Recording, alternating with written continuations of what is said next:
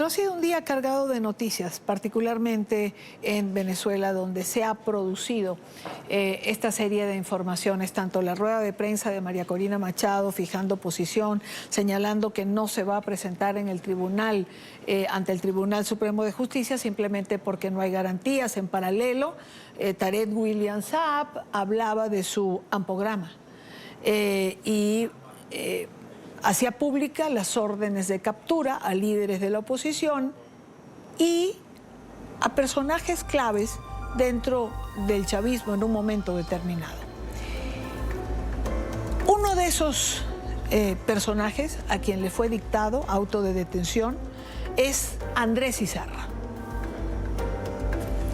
Andrés Izarra fue ministro de Comunicación e Información en Venezuela entre el 2010 y el 2012, durante la administración de Hugo Chávez Frías.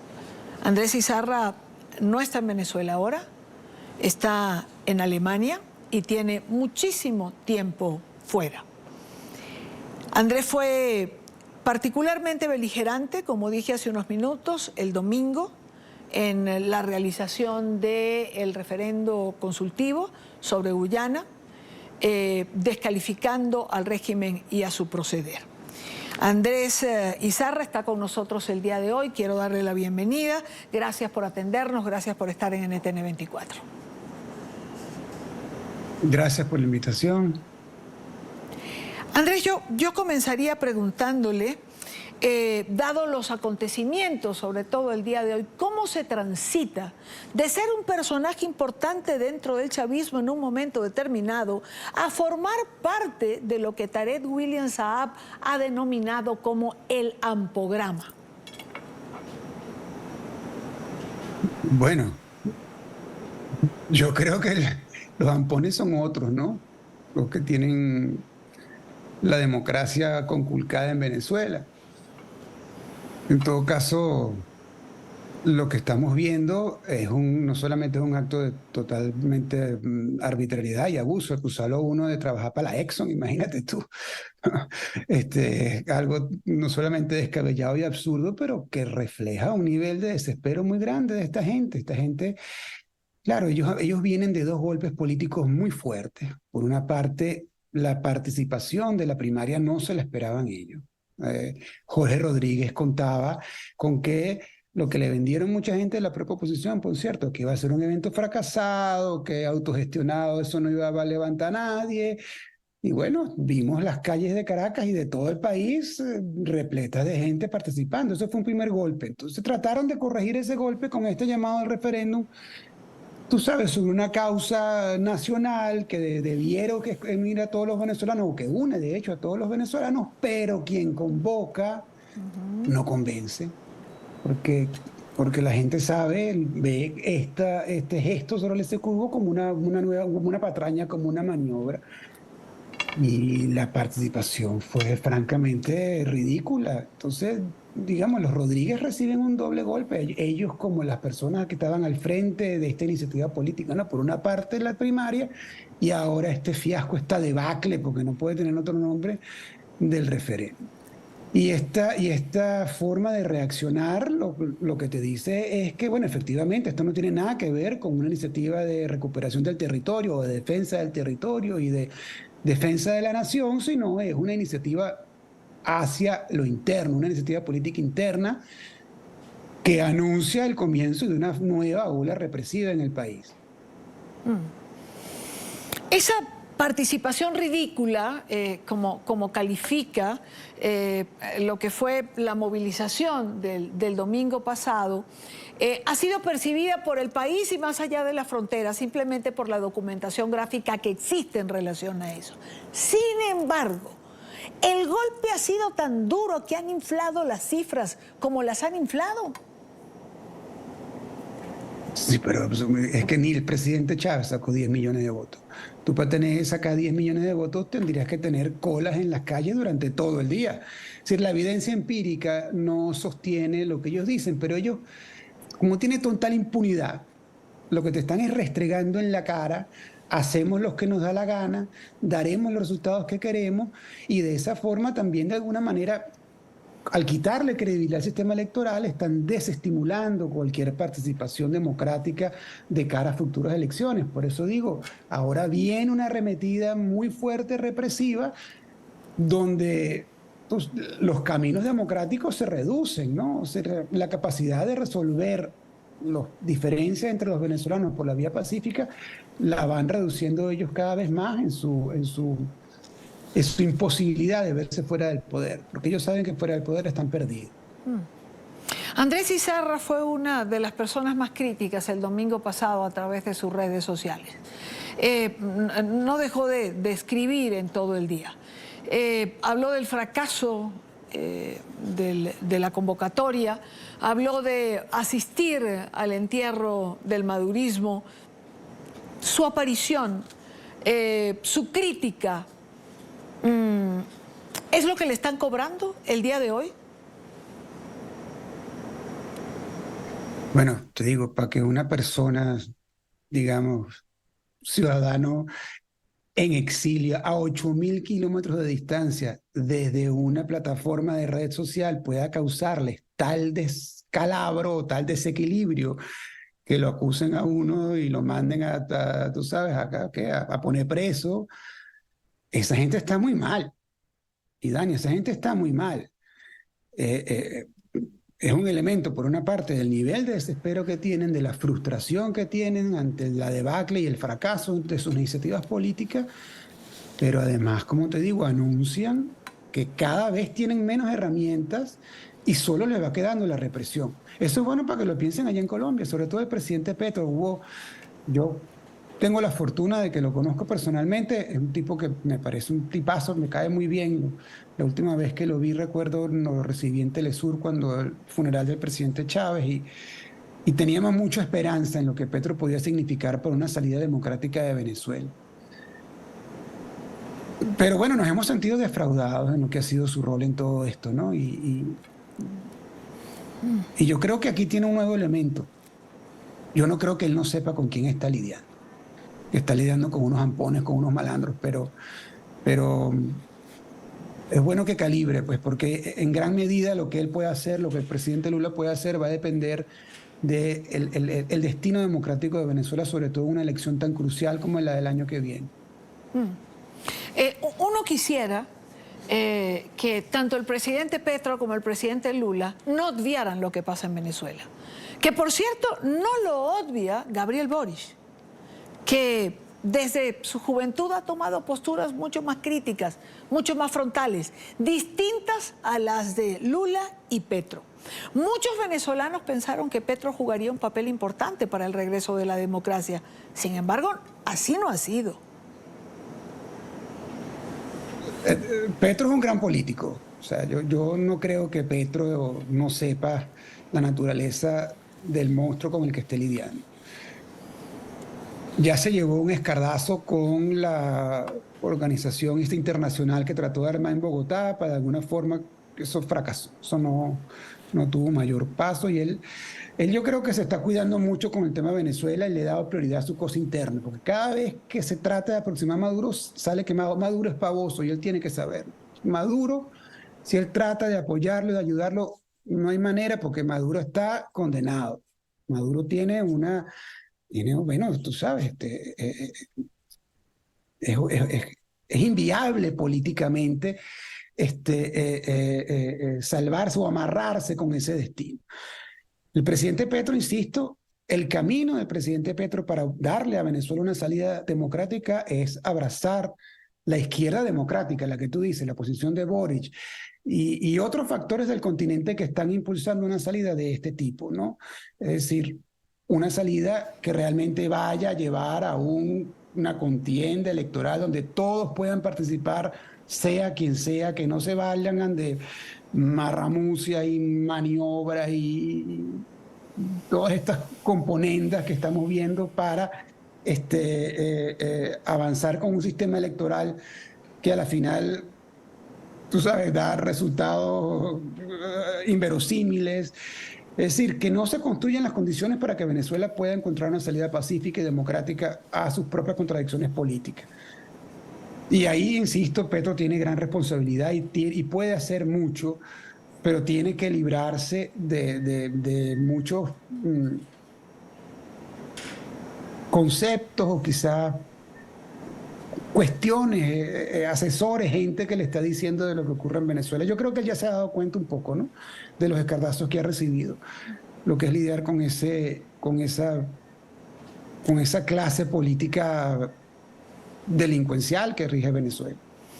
Bueno, el que no se haya dado cuenta es porque está ciego. No coincido evidentemente con su concepto en relación al presidente Petro y su ejercicio político, pero respeto lo que cada quien pueda pensar. Esta manera, Andrés, de hablar, de calificar al madurismo o de descalificarlo, ¿es lo que le hizo irse de Venezuela? Es decir, entre Chávez y Maduro, para usted, ¿hay una diferencia? Sí, claro. Bueno, yo creo que es obvio, ¿no? Creo que es un obvio para todos. Estos niveles de represiones, de tortura. O sea, Venezuela está siendo juzgada ante la Corte Penal Internacional. Eso te dice todo. El nivel de degradación que ha llevado el sistema político en Venezuela. El problema es que Nicolás nunca ha tenido un liderazgo para sostener la revolución. Chávez se equivocó. O sea, hay que reconocerlo. Chávez se equivocó en la persona que él escogió para darle la batuta y continuar el proceso de reformas sociales y políticas que estaban avanzando en Venezuela. Y bueno, y nos ha llevado a una dictadura, pues. Pero un proceso de degradación de una clase política que se ha podrido en el poder. Ahí tienes el caso de Tarek El Aissam. Lo acusan a uno de ser, sin ninguna prueba, de que sea agente de la Exxon, y Tarek El Aissam se roba 23.000 millones de dólares. Nada, no pasa absolutamente, nadie lo acusa, nadie dice nada, nadie lo menciona, no existe. Es decir, eso es una pantomima de democracia lo que existe en Venezuela. Es una pantomima de democracia. Por cierto, si hablamos de Tarek, por lo menos refirámonos a Tarek William Saab. Hace muchos años se definía, aunque lo sigue haciendo, pero se definía, y uno lo conoció, como un defensor de derechos humanos. Hoy bloquea a todos aquellos que no pensamos como él. Asume posiciones que uno no logra entender, pero que de defensa de derechos humanos no tiene ninguna. Pero eso que le pasa a Tarek William Saab también le ha pasado a muchos de los que rodean a Chávez, que rodearon a Chávez y que hoy rodean a Maduro. ¿Qué pasó? Se transformaron, se comieron el cuento, prefieren mirar para otro lado, dejaron aquellos valores en otra parte. Chica, yo me hago la misma pregunta, la verdad, ¿no? El caso de Tarek William Saab obviamente es un caso muy patético y muy marcado. Si era una persona que en su madurez se desdice de todo lo que fue su prestigio y su reconocimiento político construido en base a una defensa de los derechos humanos reconocido por el país entero. Ahora es el principal violador de los derechos humanos. Es decir, es el primer madurista, pues. Y el que se vale de todas las argucias y todas las violaciones y todas las herramientas que da la represión, porque esto es un gobierno que cada vez más se erige sobre la represión. O sea, uno con las bayonetas puede hacer lo que quiera. El problema es que se están comenzando a sentar sobre las bayonetas. Y cuando te sientas con las bayonetas, tu fin está cerca. Y bueno, esto es un elemento. Esto es un elemento que refleja, insisto, un nivel de desesperación de esta casta política que tiene el sistema secuestrado en Venezuela, que revela, pues te digo, muy revelador, cómo que un tipo a 8.000 kilómetros de donde están ellos con un Twitter puede llevarlos a tal grado de desesperación. Eso refleja mucho, es muy indicativo del estado psicológico, del estado político, de la putrefacción que tiene esa casta en el poder. Ayer refería en su red social, hacía un comentario sobre Brian Nichols y lo que éste decía cuando pedía un proceso de habilitación expedito y transparente para María Corina Machado. Y señalaba que de ilusiones también se vive. ¿Realmente la administración Biden vive de ilusiones en relación al régimen? Sí, yo me refería al wishful thinking, como dicen los americanos, ¿no? O sea, se dice en inglés de pensar que a María Corina en alguna vez la van a habilitar. Eso no va a ocurrir. A María Corina Machado no la van a habilitar. Eso no va a pasar nunca, en ningún escenario, bajo ninguna circunstancia, eso va a pasar. Porque tenemos una persona que realmente los amenaza en el poder, que realmente los amenaza, que tiene la capacidad, ha demostrado la capacidad de tener el liderazgo y ha sabido moverse políticamente para barrer con ellos.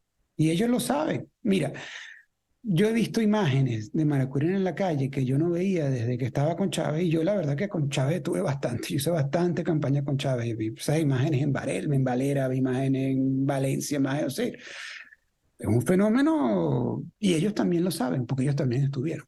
Es un fenómeno que a ellos les preocupa, porque esto es una gente que no se ve fuera del poder. Han cometido tantos delitos, tantas violaciones, han abusado tanto de la gente, han quebrado la familia venezolana, han quebrado la economía venezolana, han saqueado al país, han dividido a la sociedad de tal forma que ellos saben los pecados cometidos y no se ven fuera del poder, porque salir del poder sería someterse a la justicia, y eso es algo que ellos no están dispuestos a hacer. Andrés, quiero terminar con un par de preguntas juntas. ¿Por qué Alemania? ¿Qué le llevó allá? ¿Volvería usted a Venezuela? ¿Qué hace en Alemania? Claro, porque llegamos a Alemania básicamente porque mis hijos estudiaban en el colegio alemán, y cuando salimos del país, que salimos por una cuestión personal, la verdad no. Bueno, era el único sitio donde podían continuar con la escuela sin tener que empezar de cero el año. Entonces, ese sitio era donde los niños iban al programa de idiomas. Y nunca pensamos que la estadía iba a ser tan larga, la verdad. No pensábamos que íbamos a esta cuestión personal que iba a durar un año, máximo dos, y ya. Y estábamos ya de regreso en el país. Pero bueno, en esos 2 años hubo un deterioro de las cosas que ocurrieron, pues todo lo que pasó, el nivel de represión del 2017, todo lo que vimos que ya ocurrió, el robo de las elecciones para la Asamblea Nacional Constituyente, es decir, todo el deterioro social, político que hubo, y nos desmarcamos de eso, pues. Ya estando fuera, nos desmarcamos de eso por la evolución. Yo inclusive en algún momento hasta había pensado presentarme a la Asamblea Nacional Constituyente, y lo hablé hasta con el presidente Maduro. Pero luego ver lo que fue eso, es decir, no, yo bueno, alcé mi voz ante lo que fue, críticamente a lo que fue ese proceso eleccionario, y de ahí, bueno, hemos venido divergiendo porque esta gente tiene un proyecto político distinto, pero esto no es una gente de izquierda, ni es una gente, ni es una gente siquiera que esté por el bien del país, ellos también por el bien de ellos y de su casta y de su cuenta bancaria, como lo demostró el caso de Tarek El Aissami, quien por cierto no sale por corrupción, sale porque tenía un plan para tumbar a Nicolás. Esa es la realidad. Pasa que ellos no lo pueden decir, o sea, no lo pueden confesar, y lo disfrazan como una cuestión de corrupción, pero eso, detrás de la detención de Tarek El Aissami, lo que hay es un plan para hacerse del poder, para tumbar a Nicolás Maduro. Eso no se ha dicho claramente, aunque se ha especulado sobre ese punto. A Tarek El Aissami nadie más lo ha visto, no se supo de él. ¿Sabe Andrés Izarra dónde está Tarek El Aissami? No tengo idea. Ni puedo especular tampoco, no tengo la más mínima idea. En todo caso, sí, tenía un plan para derrocar a Maduro, para sustituirlo, para quitarlo del poder. Lo más seguro es que no le veamos la cara nuevamente. Andrés Izarra, quiero agradecerle el tiempo. Gracias por habernos atendido.